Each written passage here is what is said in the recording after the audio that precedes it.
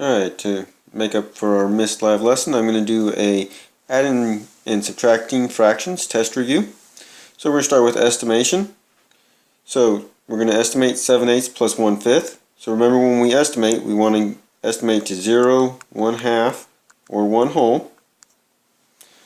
So 7/8, that's almost 1 whole. So that's going to be 1 plus 1/5. That's barely anything, so that's going to estimate to 0. So my estimation there is going to be about 1. For the second one, we got 2/3 plus 1/8 plus 8/9. 2/3 is one of those that can go up or down. In this case, I'm going to look at the second one. 1/8 is going to round down to 0. So I'm going to round 2/3 up to 1. So that's going to be 1 plus 0, and then 8/9 is going to be close to 1. So I'm going to say this is going to be about 2.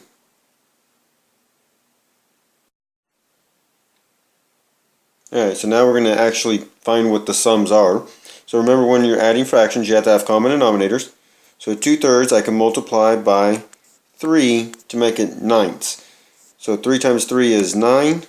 2 times 3 is 6. Now I can add. 6 plus 1 equals 7. And our common denominator of 9 stays common.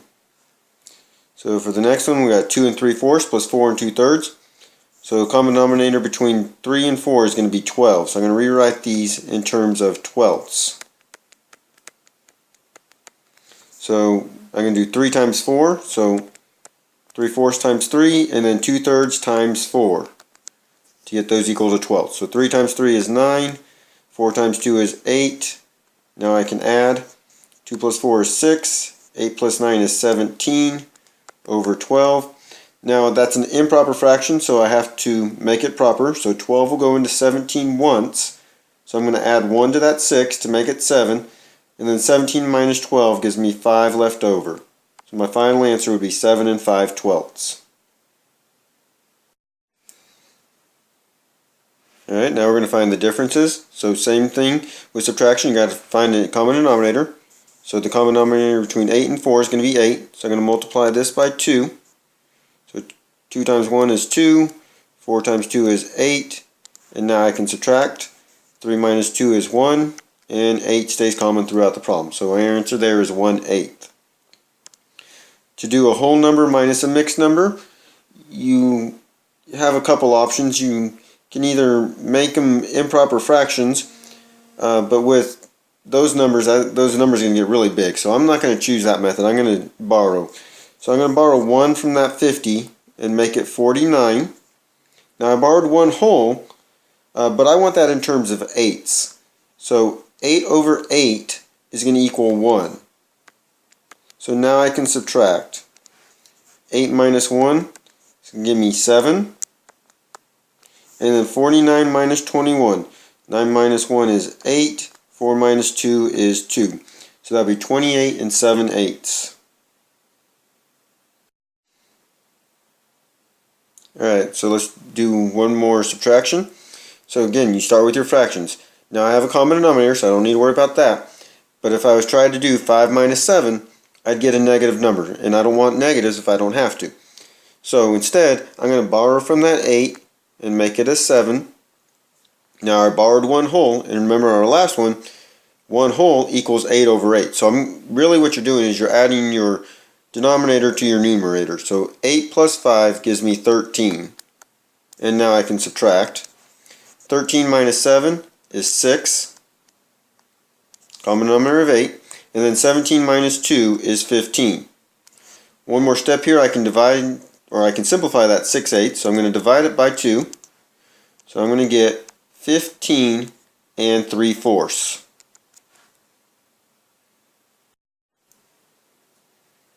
Alright, so now let's do some word problems. So I have ran 4 1/3 miles and have 3 7/8 miles to go. How far will I run today? So I've already gone 4 1/3. I have 3 7/8 more to go. So that means I need to find a total, which means I need to add those two numbers. So I'm going to do 4 1/3 plus 3 7/8. So first, common denominator between 3 and 8 is going to be 24. So I'm going to multiply this by 8 and this by 3. So I'm going to get 4 and 8 over 24 plus 3 and 21 over 24. Now I can add these up. 4 plus 3 is 7. 8 plus 21 is 29 over 24. That's improper, so I need to make it proper. 24 will go into 29 once. So that gives me 8. And then 29 minus 24 is 5. So in total, I'm going to run 8 and 5/24 miles.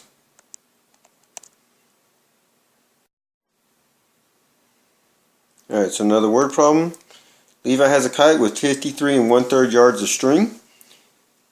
It gets tangled, and he has to cut off 12 1/5 yards. How much string does he have left? So we know what he started with, we know what he cut off, we want to know what he has left. So in order to find that out, we're going to have to subtract. So that's going to be 53 1/3 minus 12 1/5. So first common denominators. So I'm going to have 53, and the common denominator between 3 and 5 is 15. So to get that, I have to multiply 1/3 by 5 and 1/5 times 3. 5 times 1 is 5. 3 times 1 is 3. So now I can subtract. 5 minus 3 is 2. Common denominator 15. And then 53 minus 12. Well, 3 minus 2 is 1. 5 minus 1 is 4.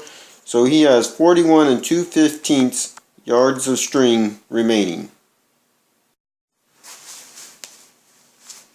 Alright, so now we're going to use mental math to solve some equations. So I have something plus 2 3/8 equals 5 7/8. So when I add two things, I'm getting 5 7/8. And one of the things I'm adding is smaller than 5 7/8. So think of a fact family. You can go backwards by subtracting. So I'm going to subtract 5 7/8 and 2 3/8 to figure out what that number is. So 7 minus 3 is 4. So I'm going to get 4 8s. And then 5 minus 2 is 3. And we can reduce that 4 8s by a factor of 2. So that would be 3, actually by a factor of 4, excuse me, and 1/2. So x would equal 3 1/2. And then the next one, I have something minus 1 1/5 equals 2 2/5. So again, you just think of doing this backwards by using a fact family. So the opposite of subtracting is adding. So I'm going to add 2 2/5 to 1 1/5 to get equal to y. So 1/5 plus 2/5 equals 3/5. And then 1 plus 2 equals 3. So y equals 3 3/5.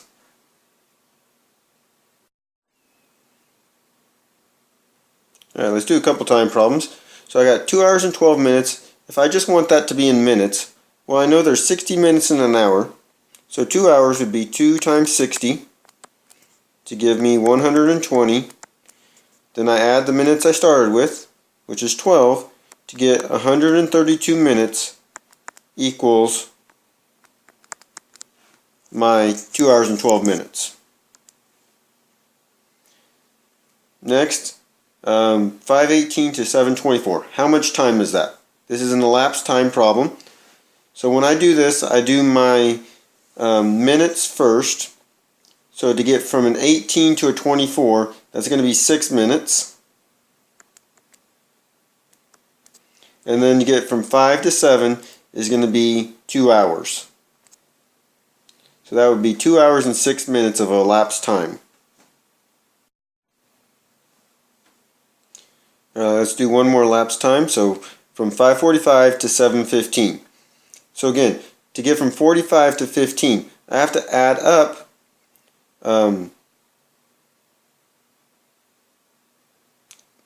more than I can actually do. So really, it's kind of like a borrowing skill, but let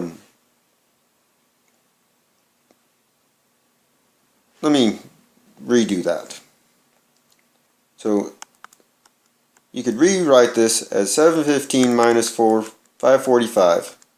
So like I was saying, it's a borrowing skill, but when you borrow 60 minutes. So that would change that to a 7. So 7 minus 4 is 3, 5 minus 5 is 0, 6 minus 5 is 1. So that would be an hour and 30 minutes. Where I was going with that at the beginning was I add 30 minutes to 45 to get to 15, but that would take me to 6:15, and then it's only one more hour from 6:15 to 7:15. So you can borrow, you can count up, however it is that it makes sense to you.